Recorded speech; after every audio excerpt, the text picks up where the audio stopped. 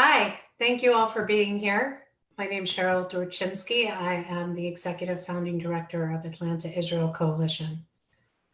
Welcome to our wonderful awards, the Impact Award. This year we have started.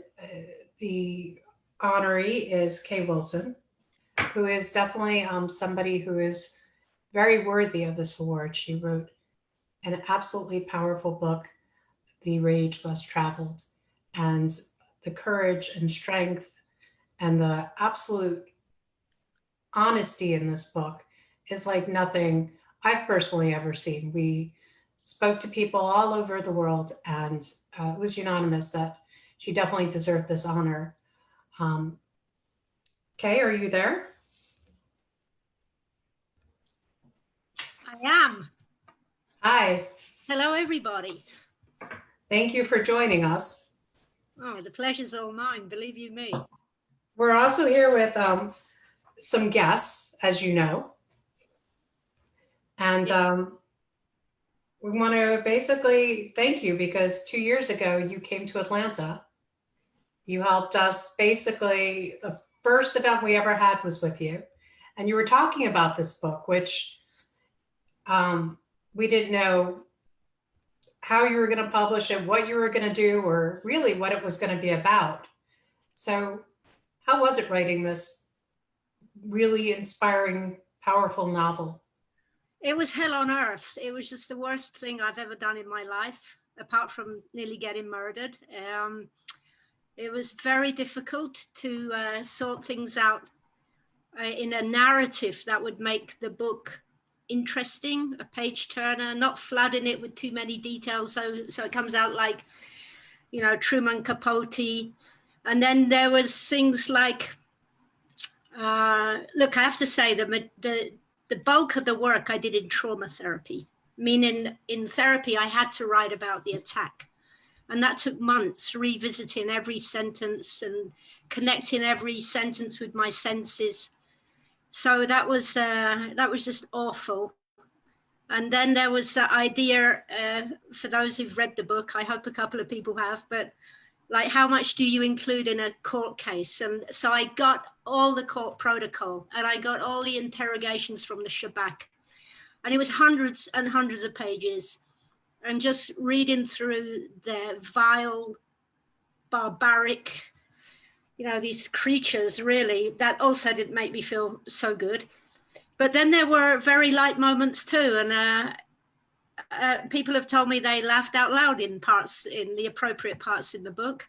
And I think that's a reflection. The funny parts are a reflection of Israel and Israel's, you know, for everything we go through here, there is a beautiful, untainted innocence about Israelis.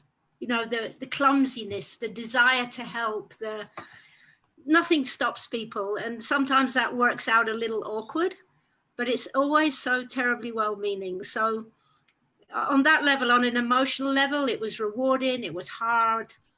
And then I had to be honest, I had to learn to write. I mean, I could write, but I'll credit Judy Labenson here, who I worked with for years. And I had to learn what an adjective was and why not to use them. Do you know what I mean? So it was difficult on all levels, but I'm so glad I did it, especially if it will help the stopping of funding of cold-blooded savages.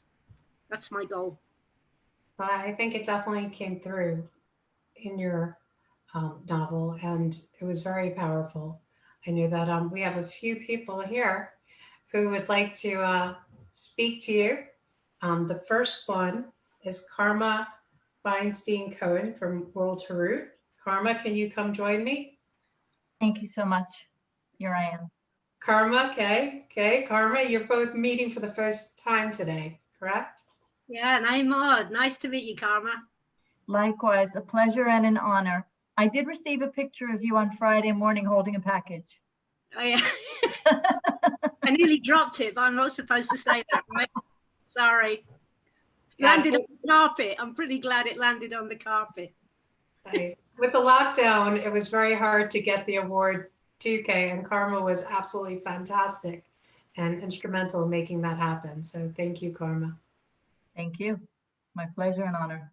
So you did have the opportunity to read the book, The Rage Less Traveled, and you're going to share some thoughts with us. I did, and I actually have you to thank for that.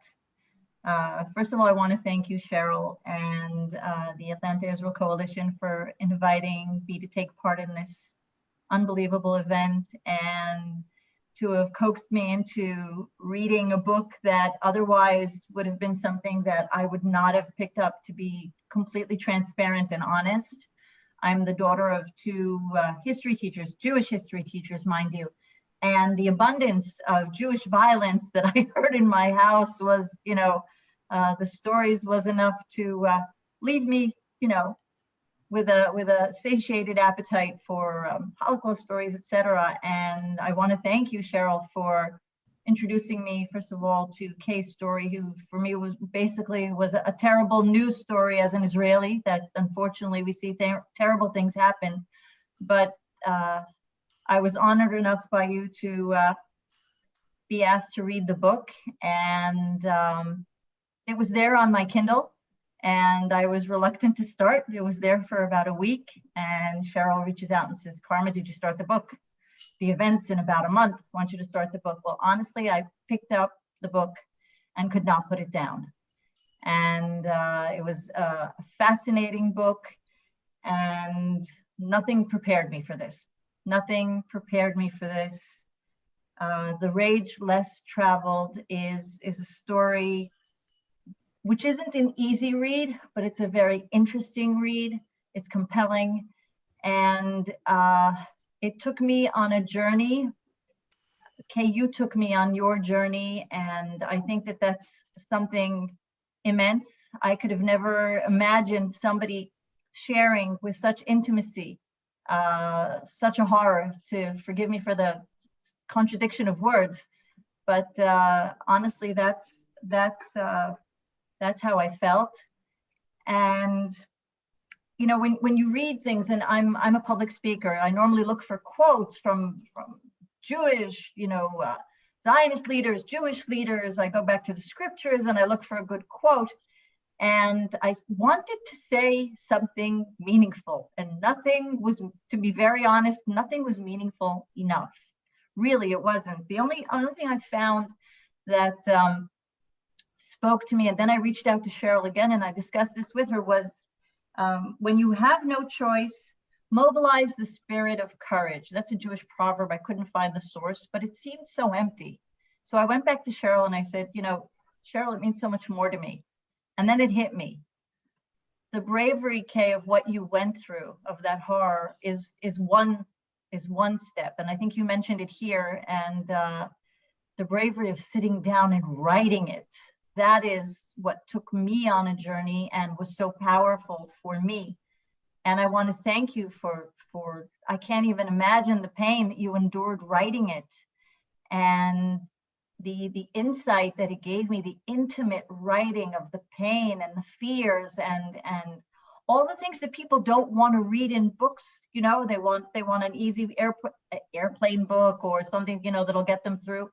But I got so much from reading your book, and I think that the bravery is twofold.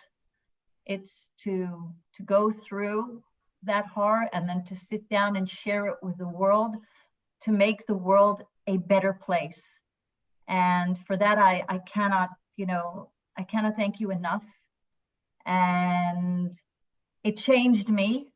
Very few people, really, I don't say that, and Cheryl already knows me well enough. I'm not one to compliment, or it's not a compliment, it's my honest, transparent truth. Your book changed me. I served in the IDF, I've seen things, but to allow me to dive into your story is something that I was able to come and tell other people. You enabled me to share your story with other people and encourage them to read it as well. And first of all, I pray that there will never be any more victims, but unfortunately we know what happened. But you took a story of victimhood and made it into a story of courage. You turned your story into something which gives to others, and your courage is something I cannot thank you enough. And and thank you, Cheryl, for bringing me to this point. And we're going to be bringing your story to as many people as possible. And I think the fact that you're a tour guide is even an unbelievable added value, the gift of people. I would love to be on one of your tours anywhere, to be very honest. I would love to hear one of your tours, because public speaking and hadracha and guidance is something that I teach. So from the way I read you, I would so love to sit in one of your lectures or tours. And I really want to thank you both, and quite an honor. And I know that you've made a difference and changed the world. So thank you so very much. Thank you, Karma. That's really, I'll take every word to heart. That's very meaningful for me. And look, book a tour, you know what I mean? I'm not that busy at the moment. Really? That's right. Of course, we're on Everyone lockdown. on lockdown, yeah. Of course. Well, thank you, Karma. Thank you very much. And next we're going to hear from Dumisani Washington. He is the founder of Institute for Black Solidarity with Israel and also part of CUFI. Are you here with us? I am, and I'm unmuted. Hello, everyone. Oh, hi. Hi, how are you, Cheryl? Thanks for coming. We appreciate it. No problem. Thank you for having me, and thank you, Kay, as well. I'm honored to be here, and I want to thank the Atlanta Israel Coalition as well.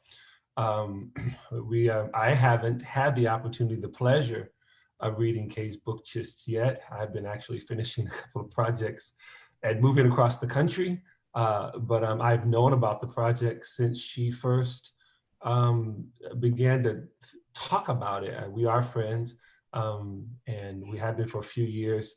I think we probably met on social media. The first time we actually were in the same room was in San Diego at a Stand With Us gala, I think it was.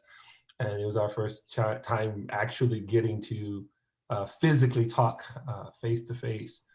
Kay is an amazing individual, and I'm saying nice things to her. We kid each other quite a bit, so I'll finish saying mean things to her when we're done after today. But for the purposes now of the one of the most powerful stories, in my opinion, that I can tell about Kay, I can't really tell here because it's so personal to her, and she's it's amazing. She's both very open with her life, but has so many layers to her, and is so loving and protective of other people, that there's some things I couldn't share, but just it blows my mind. I've shared it. So I'm saying that to say this: I have in my lifetime never met someone with the courage and the resilience. When I think about Israel, my Israeli brothers and sisters, and the resilience that is the state of Israel, Kay embodies that on such a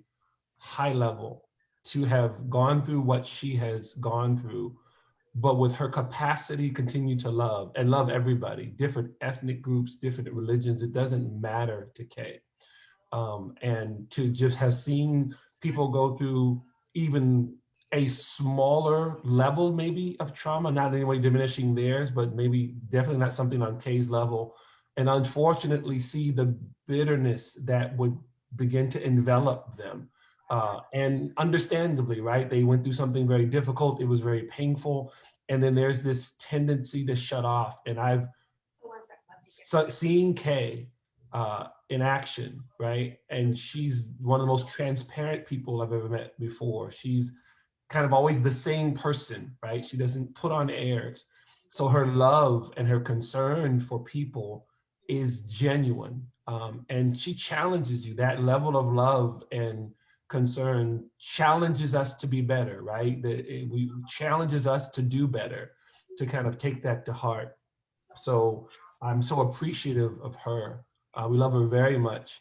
And so in times I get a chance to kind of talk to her and send her a message that's not appropriate for her to share to everybody else, and she says things she's not supposed to say to me. We have this this relationship that lets me know that for Kay, she's concerned about you, right? She's not just saying something, but she's actually genuinely concerned about who you are and what's going on with you. And so I just love that about her. So she's just a real blessing to us. I'm here with this real quick. I also know she's a musician. The first time we actually did meet in San Diego, there was a group that was there that we sing with called the Hebrew Project. And there was a song that we did. She seemed to like it. She's usually honest, so I guess she was being honest at that time as well. And I wanted to just share just a little bit with you, Kay, just for a moment.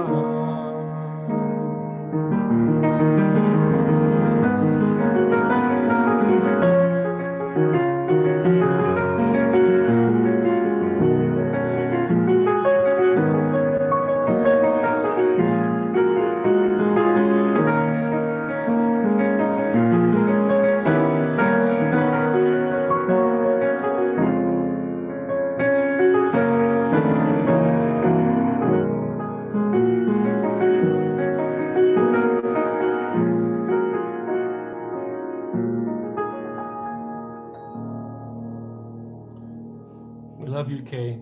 Looking forward to seeing you in Israel soon, hopefully very, very soon. Dumisani, thank you. That was really precious. It was beautiful to hear you play as well. Afterwards, I just noticed you did like 8 bars before the end. You had like 4 chords, a nice jazz progression. Yes. So if you can text me what they were, that was very nice. I will do that as soon as possible. Yes. It was beautiful, really. Thank you so much. Thank you. Thank you. Love you. Thank you. That was absolutely stunning, truly. I got tears from it. Our next wonderful speaker is someone we've actually had here at Atlanta Israel Coalition, and I absolutely am thrilled that she's back. And Raheel, are you with us? Yes, I'm Raheel Raza from Muslims Facing Tomorrow. Thank you. Thank you so much for inviting me to this very, very important event. And of course, it was after my first panel with you that Cheryl, you introduced me to Kay, and you introduced me to her book. So let me go back a bit. You know, in 2020, there were 2 major things that impacted my life. One was the coronavirus, and the other was Kay Wilson's book, The Rage Less Traveled. You know, the coronavirus I could deal with because it affected the entire globe. And we knew that eventually there would be a cure in sight. But Kay Wilson's story is another matter altogether. You know, whether there is ever a cure for hatred and violence is something that we're all working on. And we have to see what the results will be. And I'm sure with people like Kay's advocacy and all of you, we will look forward to some positive change. Now, I hadn't known about Kay's detailed story or the full horror of what Kay had faced until I received her book. And of course, it sat on my bedside for about a week before I picked it up. I wanted to give myself some time, and then I picked it up and I read it, and I couldn't put it down. I read it in one go, and I wept for Kay. I wept with Kay, and my heart still bleeds. You know, after reading the book, I finished reading the book and I came back to the first, I came back to the first page where Kay had inscribed a few kind words for me, and she ended by writing Allahu Akbar. the very words that were uttered when the murderous assailants were busy stabbing her friend Christine and attacking Kay. And these three words to me exemplify what Kay Wilson is, a child of God who believes that good can conquer evil.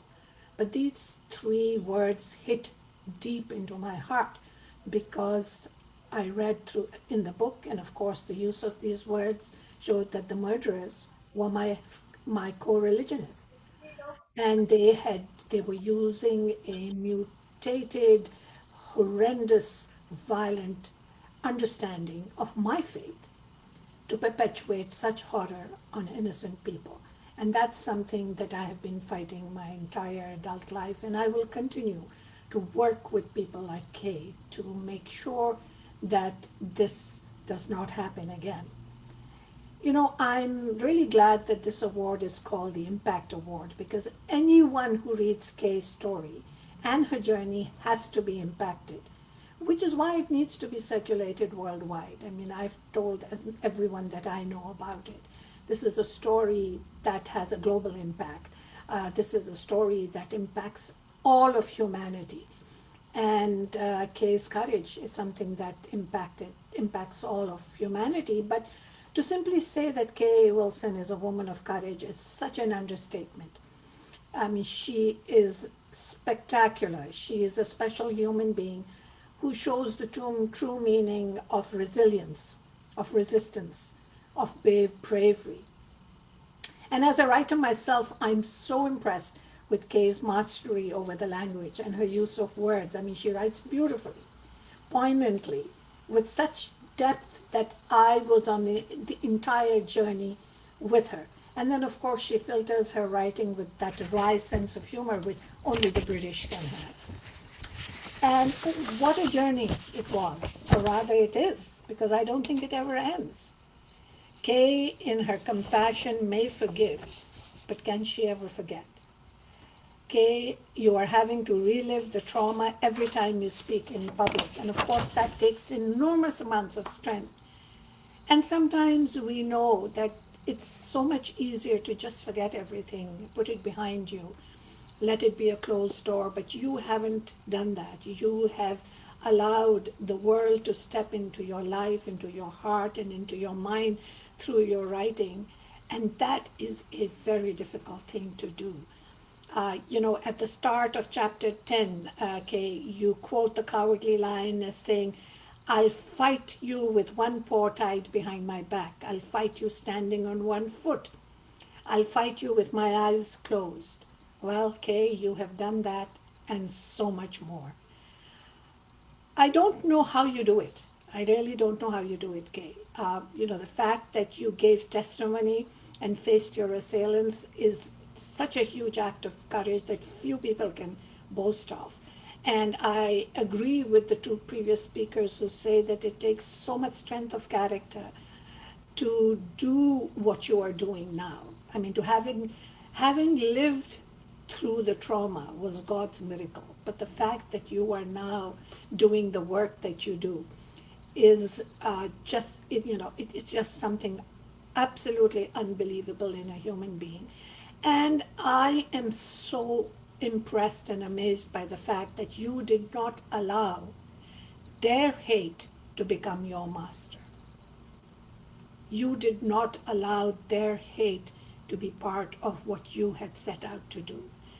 It would have been natural. It would have been if you had reverted to hate, it would have been so understandable because you had every right to feel that anger, to feel that frustration, to feel that hate, but you did not allow yourself to do that. And as someone who has worked in the area of radicalization of youth, I know that hate is the curriculum, hate is the menu that many kids are brought up with.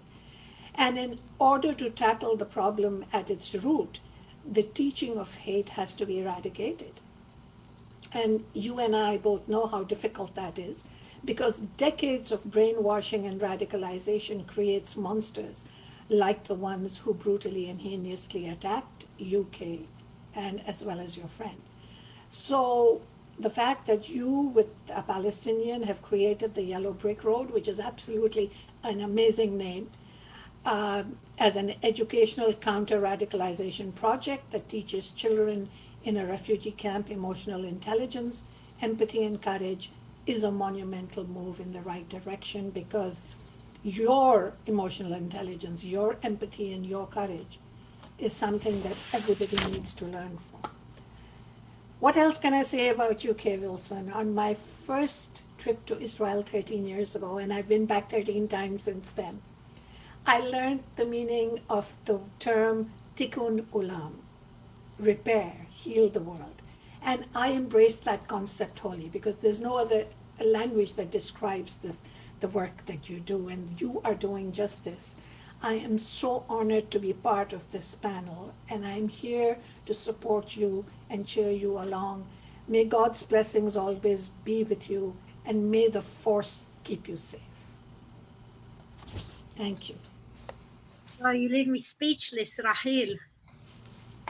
I'm so glad this is recorded, because you gave so much food for thought.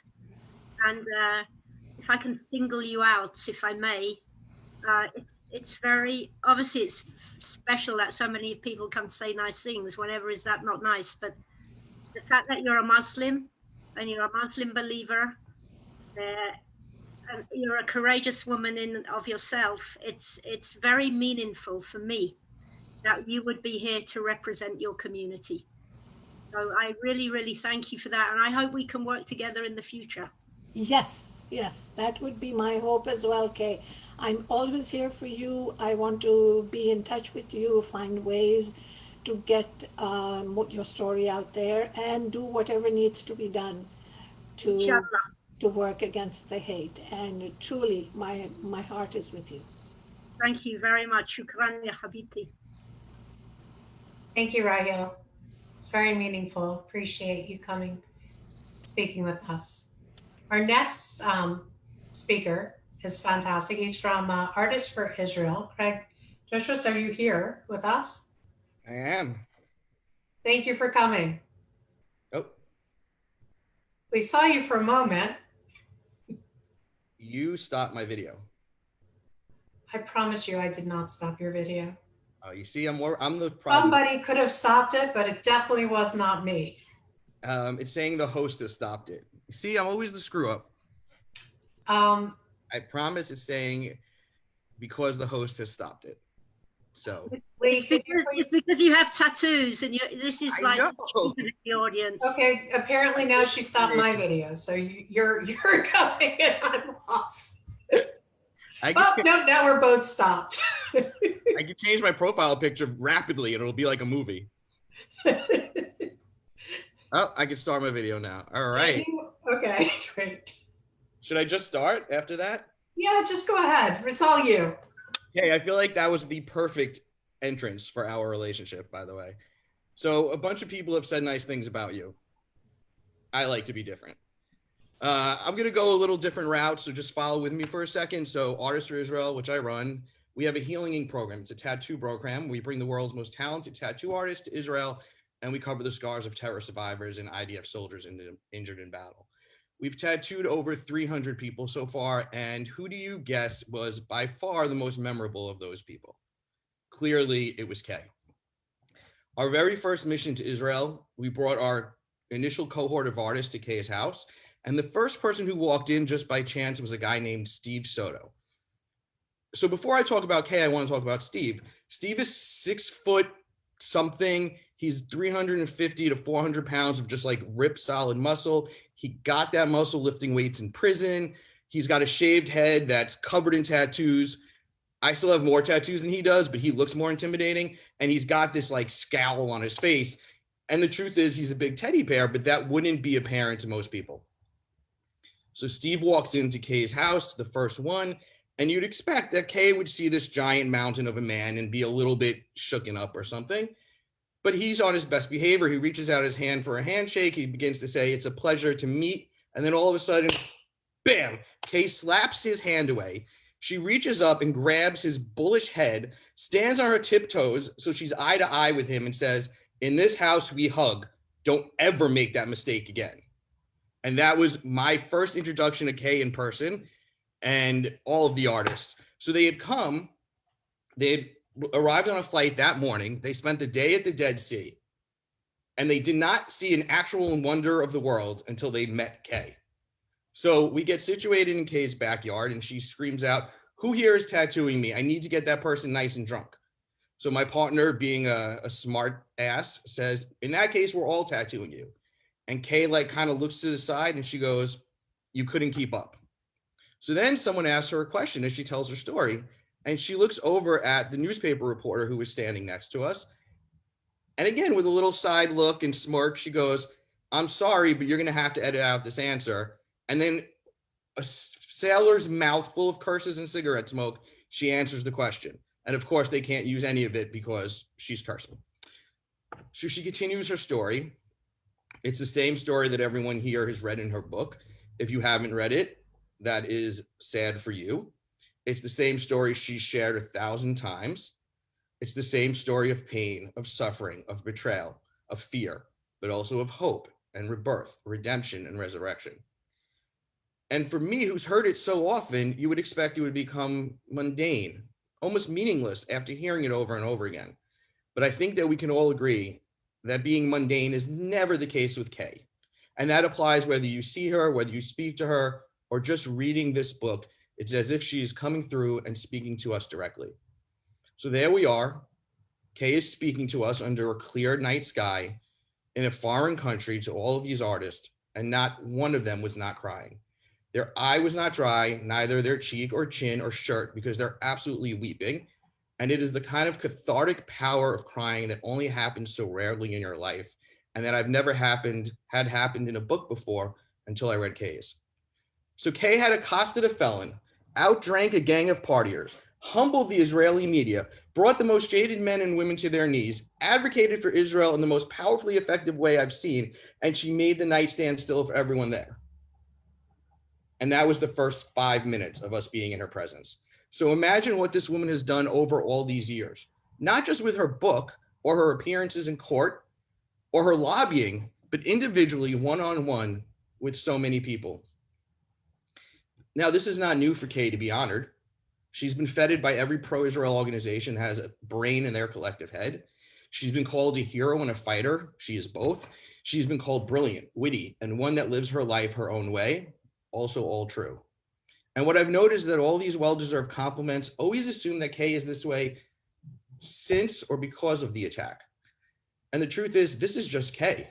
Her strength and beauty is she did not allow for something as simple as a near-death experience to change her. Still, in the first 5 minutes of meeting her, Kay tells my artist, I don't know if you remember this, Kay, I don't know if you're allowed to interrupt. The first thing she says to them, other than hugging is what we do in this house, is, quote, "Israel is a wonderful place to visit, give or take a machete attack." And that statement defines her in so many ways. She still sees the tragedy and recognizes what happened, but she seeks the good. So many would have lost their humor or their desire to change things, and Kay has strengthened both. And Kay, as a refugee from New York myself, I can tell you that my absolute favorite thing about you is that we are both fluent in sarcasm, and we do it with strange accents. So at this point, I'm writing my speech, and I'm telling my wife Skula about it, and she gives me a disapproving look because I had said something about Kay that wasn't 100% positive because I made a joke about what she said. My wife feels a very special connection to Kay, a protection over her. Skula, her name, when she worked for an organization with whom Kay was touring, she was her handler, as if anyone can handle Kay. It was a job she took seriously. We love Kay's work, her words and wonders. She rips into our hearts and rebuilds them stronger and more full of hope. But I'm going to tell everyone, it takes a toll on her, and she still does it. She does it for us because she believes in Israel's people and its protectors. My wife, Skula, and Kay both speak Hebrew, and they'd have long nights driving on the road together through the deserts from school to school, and there they created a deep bond. So Kay, I apologize ahead of time because I'm going to give away 3 things about you.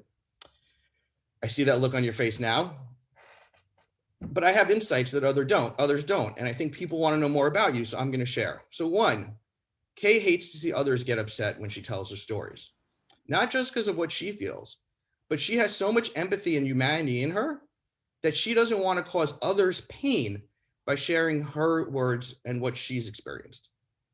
2, and I find this shocking because I would probably be quite the opposite way, her love for Israel still beats in her chest stronger today than ever before. And 3, this to me is the embarrassing one. She is a huge fan of Shlomo Artzi. And for someone as supposedly tough as Kay, he is absolutely the most sentimental and sappy singer possible.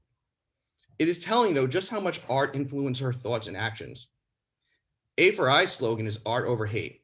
And as we are all too aware, hate can take many forms. Whether it's ideologically through words or intolerant speech, calls for BDS, or violently through terrorism and war, the type that Kay details stunningly in her book.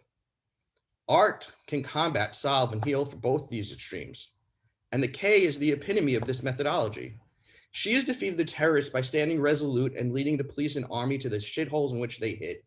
More importantly, she has continued to use her music, her humor, the written word, and every platform she has offered to educate those confused of their feelings regarding Israel and to uplift those who love the land of the Jewish people. Kay is both Miriam playing her timbrels and Aaron and Moses guiding the way to a place of eventual peace. More than one person has said that if only everyone could hear Kay speak, the world would be a better place. So she's spoken. And when it became impossible for her to speak to everyone in the world, she wrote a book. And although nothing can ever recreate being in her backyard, this is one of the few books that comes with an airplane ticket attached, transporting you as close to Kay as anyone will ever be, without the chance to feel one of her hugs. And for those of us who don't want to read, we can close our eyes and listen to her music, because someone who has seen such depravity plays as if she's trying to bring humanity back on her own through the notes played by her cut and bruised hands.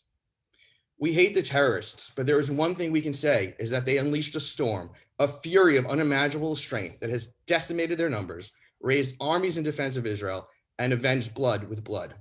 Kay will live forever in those who hear and read her, and those who attack her have been erased from our memory.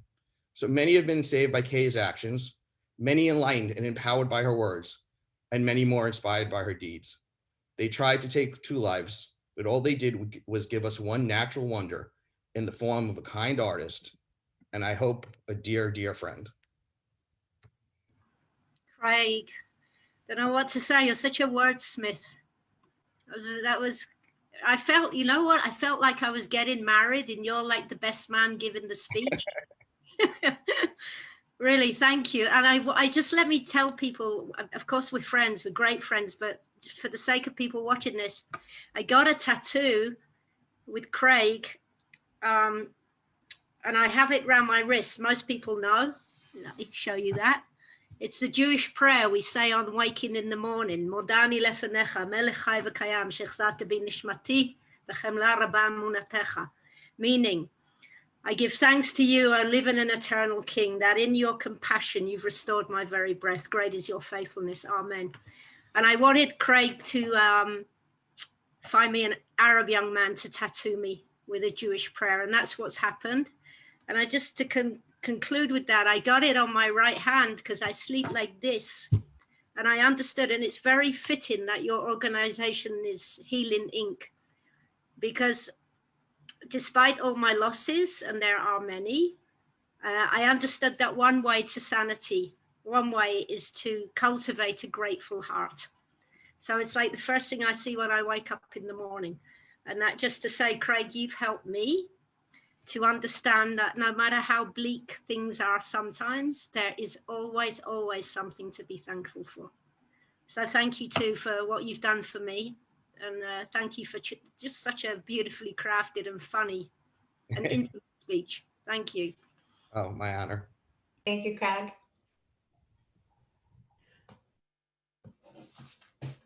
Next, we're going to hear from Ilan Greenfield from Gefen Publishing. Ilan, are you here with us? Yes, I am. Good evening. You see me? Yes, I do. Hi, welcome. You hear me? So great to see you. Hello, shalom from Jerusalem. Hello. First of all, everybody spoke very beautifully. I want to start by showing the book that we're all talking about. And Kay did write this book, and she came to us to publish it. And I want to start by reading a couple of sentences from the beginning of the book and from the end of it. Because Kay starts the book with saying, if I were to list all the people who have held and still hold my hand to help me on my lifelong road to recovery, I sometimes feel there would not be enough paper in the world. Evil has not managed to make me cry, but the kindness that I've experienced from Jews, Muslims, Druze, and Christians has made me weep. You know who you are. I am thankful to each and every one of you. And that shows one side of Kay. The other side of Kay is in her epilogue. If you read her epilogue, she comes out very strongly and she says,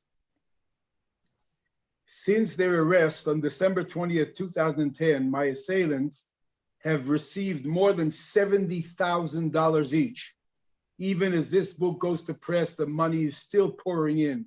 These salaries will soon be raised. They will each receive $3,410 per month. These financial rewards come from monies donated by foreign governments, including the government of the United Kingdom, of which I am a citizen. And I think that Kay, you know, we have in life, we have choices. Kay did not have a choice of being attacked. That happened to her. She had nothing to do with it. She was there and these villains tried to murder her. But Kay had a choice of what to make of it, what to do with it afterwards. And I think what Kay has done and is doing with her speeches and with her book is she's coming from two ends. She's saying on one hand, you have to be compassionate. On one hand, you have to understand, you have to work with Muslims, with Jews, with Christians, with everybody, with every human being. But on the other hand, you have to call evil, evil. And you cannot let the world go without any consequence. You cannot let the world go on and finance these murderers. It's not all Arabs, it's not all Muslims, but they are terrorists. And these terrorists must be condemned, must be put in jail, and should not get one penny for that. I think that her struggle against or opposite certain governments to try and make them stop giving this money to terrorists is a crucial battle. And hopefully the state of Israel and the other countries will continue and will understand that when evil is there, you cannot be nice to evil. You have to make sure that you take care and treat evil. And I think what Kay has done otherwise is she continues to show that nothing is going to kill her love and her compassion for other people around the world. When I got the manuscript, I heard of the story, I heard of the event in real time, as most Israelis did. And you have a lot of rage and you want to do something. And as a publisher, you think of, you read many manuscripts, many stories, and we've done books from right, from left, political, etc.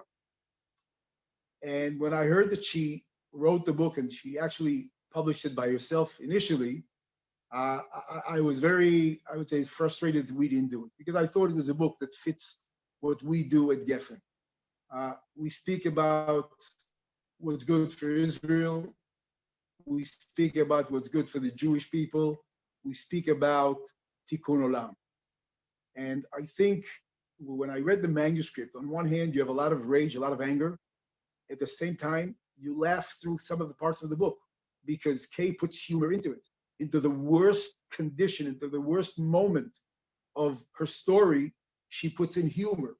I mean, the book that she bought as a gift to the parents, you say, oh my God, how can this happen? I won't tell you the whole story. I don't want to ruin the book for those who haven't read it. When she's in hospital and they say the name of the male nurse or the doctor, whoever it was, these things, they are so true and they're so funny that it's unbelievable that she could go and tell them. Because I think that it takes the courage, it takes the the determination to decide I'm going to tell my story, but not for people to hate other people.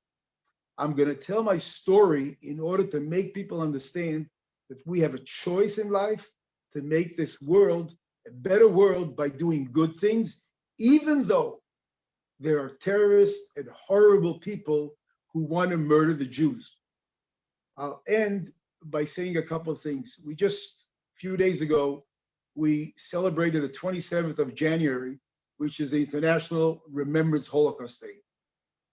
And I think we, as Jews who live around the world, have to remember there are those who try to murder and annihilate us in every single generation. It takes people like Kay to take that situation, go forwards, and make sure that everybody loves Israel, that everybody knows what Israel stands for, with its morality, with its democracy, and yes, with all its problems. We take all its problems with love, because it's the only country we have as a Jewish state. What I want to try and ask all of you, those who haven't read the book, go on to Amazon and buy the book. Again, I'll show the book once again. Amazon is the best place to buy the book. You can buy it from us as well. When you buy the book and you read it, after you read it, go on and write a review, no matter what you think of it. I have no doubt of what you'll think of it. People should know of the story. People should hear of the story, not so we can sell more books, because it's a very, very important story that I think Kay deserves, that the world should know. Thank you very much for inviting me, and thank you for the Atlanta Jewish community, the Atlanta Israel Coalition, for choosing Kay and giving her the award. I think she's definitely worthy of it. Thank you very much from Jerusalem. Ilan, thank you. I'm honored that you even bothered publishing my book after every other major publisher had turned it down because I didn't mention the suffering of the poor Palestinians. So I'm glad to be working with you, you know, and that you're a true Zionist and we have nothing to be ashamed of, and we need to keep fighting and telling our true story against all the lies in the media. So really, thank you for taking it on. Thank you. And you stole my speech at the end. Do you know that? Everything you just said, I was going to say. You're going to be okay. I know you had something else planned, but everybody else said everything else, so I had to make up something.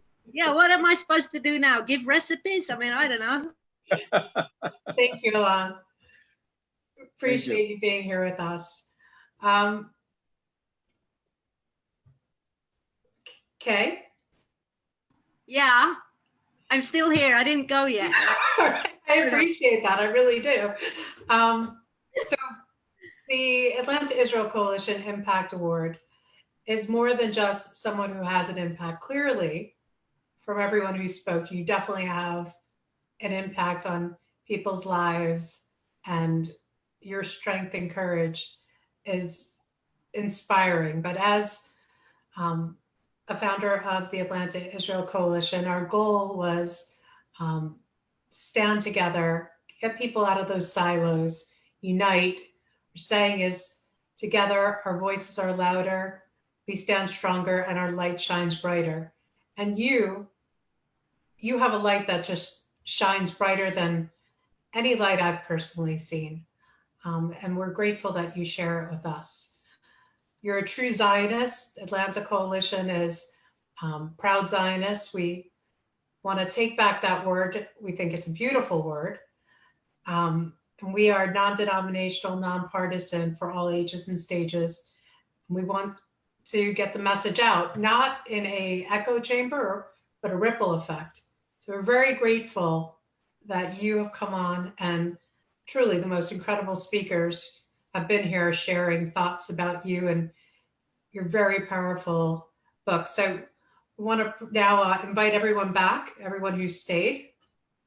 Is anyone else here? They've all gone to the bar, I know. All right. If anyone else is here, turn your camera on now. You were so strict about us not turning it on accidentally. Now you're like, turn it on. You are really tough. Well, welcoming you back. We're all going to present the award together because again, that's, the Atlanta Israel Coalition. We stand together and is it the three of us or is anyone else joined? I can't see. Oh, okay. Looks like just about everyone is here. Do you have the award that was sent to you? Thank you again, Karma, for your help with that. Me? Yes, you. Do you have the award we sent you? No, not that one. Oh, I gotta contact the guy. It didn't look like it. No, I got the real one. Hang on a minute. Seriously, I dropped it, but it fell on the carpet, so we're okay. A little It's Scotch tape could help there. Really beautiful, actually. Thank you so much. It's tasteful. Could you please read what it says? I have to turn it around. Oops. It says, Atlanta Israel Coalition, the AIC Impact Award, and then the Jewish Year, the secular year, presented to Kay Wilson for your powerful memoir, The Rage Less Traveled, a story of the resilience of the human spirit when tested to the limits, and the courage that inspires others to spread the light of Israel, and for your outstanding work as a peace activist fighting for human rights. Thank you. I think it's very worthy, and I want to thank everyone for being here. You're all incredible, and Raheel said she's still here, but she needs her video on. Well, thank you for still being here. She's here with us. Can I just conclude the evening with a couple of words of thanks? We would love that. All right. It's so great that I don't have to get on a plane or dress up. We should do this more often. But I am really, truly very, very appreciative. It's not flattery, but it means a lot. It's very empowering when you're recognized for something. And I want to say the impact. It's not like I'm some superwoman, but I really, really mean this. It's been one day at a time.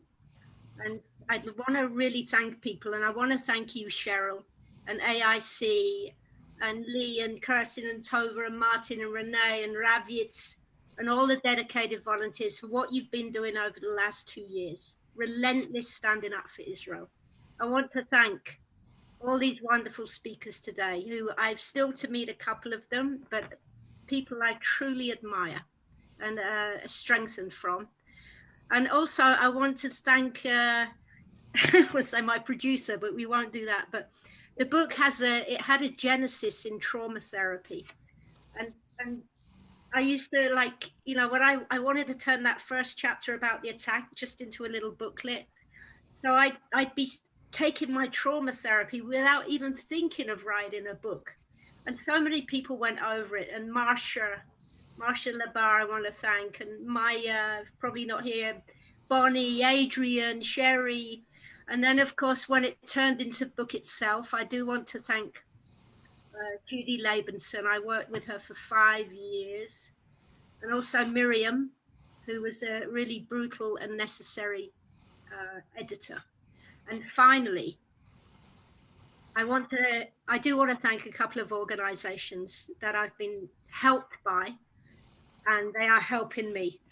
And one is for other survivors of terrorism and bereaved families, and Mark and Chantal Belzberg, who work with One Family Together. They've been really amazing. And I want to thank also Itamar Marcus and Morris from Palestinian Media Watch. And this is exactly what Ilan was saying. On the one hand, we have to fight evil. We don't forgive evil. We have to hold these people accountable. And on the other hand, we show mercy to people who need mercy.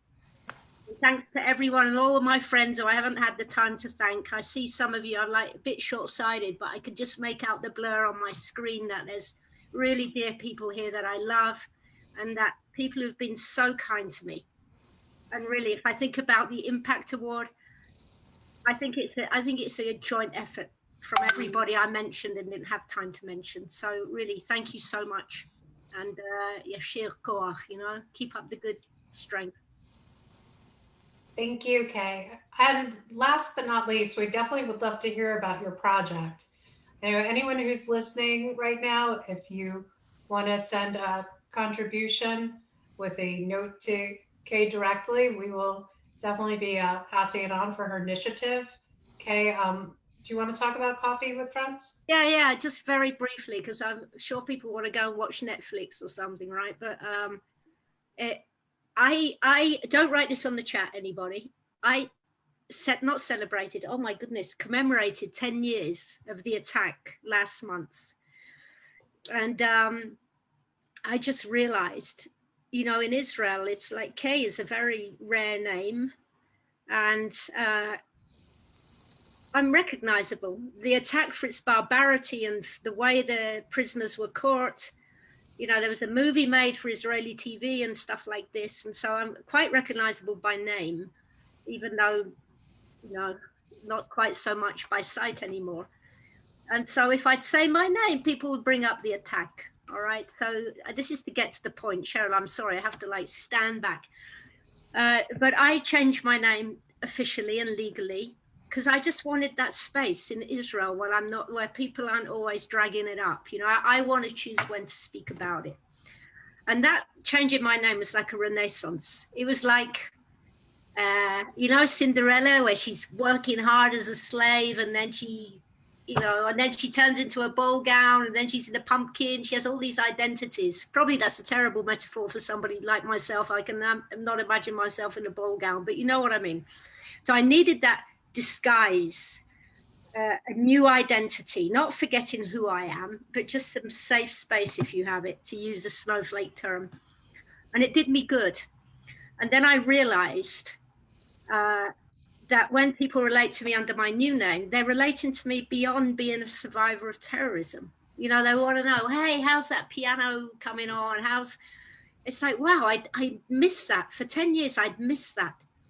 And then I've become a guide in Yad Vashem, because the Shoah is very, very heavy and important. Education in the Shoah is very important to me. And through the changing of my name, I had this idea that concerning people, the survivors who are, you know, they're dying out basically, but concerning the survivors who've dragged their trauma on, their unspeakable trauma for the last 70, 80 years. And they've told their stories and they need to bear witness. But I realized that they also needed, like myself, just a platform where they're related to outside of the survivor mode. So here, after that 6-minute introduction, this is where Coffee with Friends goes. So I was talking to another couple of colleagues from Yad Vashem. It's not a formal initiative of Yad Vashem, please note, it's my initiative. And I said, why don't we in the lockdown get a little Zoom chat together? We can invite people from all over the world. There's no limits. And we'll speak to a survivor, but we'll only relate to them as friends, meaning we want to know how they're doing in Corona, how are the grandkids. And we've had a few meetings. We make it very short, half an hour a week. It's just literally a virtual cup of coffee. And it's absolutely fantastic. And I've had them call me and they've said, this is like, they don't say the best thing since sliced bread, but they're very grateful for it. And it's absolutely marvelous. And it's a very small initiative and anybody's welcome to join. I don't know if you can put did you put the link on the WhatsApp group? It's a WhatsApp group and we do it. I send the Zoom link out once a week, but it's very healing for them. And they don't know my story. I'm not going to tell them. There's a lavdil from the Shoah and my story to separate, but it's just very healing for me as much as it is for them. And it's actually very, very funny. You just never know what's going to come out their mouth. A bit like me, I guess, but it's just, it's beautiful. So thank you for letting me have the opportunity to tell you what I'm up to. I appreciate that. Well, thank you. We'll have more information on it on our Facebook page and opportunities to sign up. Thank you, all you amazing people who've come out to speak. Thank you all. And Shalom. shalom. Thank you, everyone who came to join us. Thank you, guys. I really appreciate everything. Thank you very much. Appreciate you being here. Laila Tov, Shalom. Am Yisrael Chai. I'm Yisrael Chai.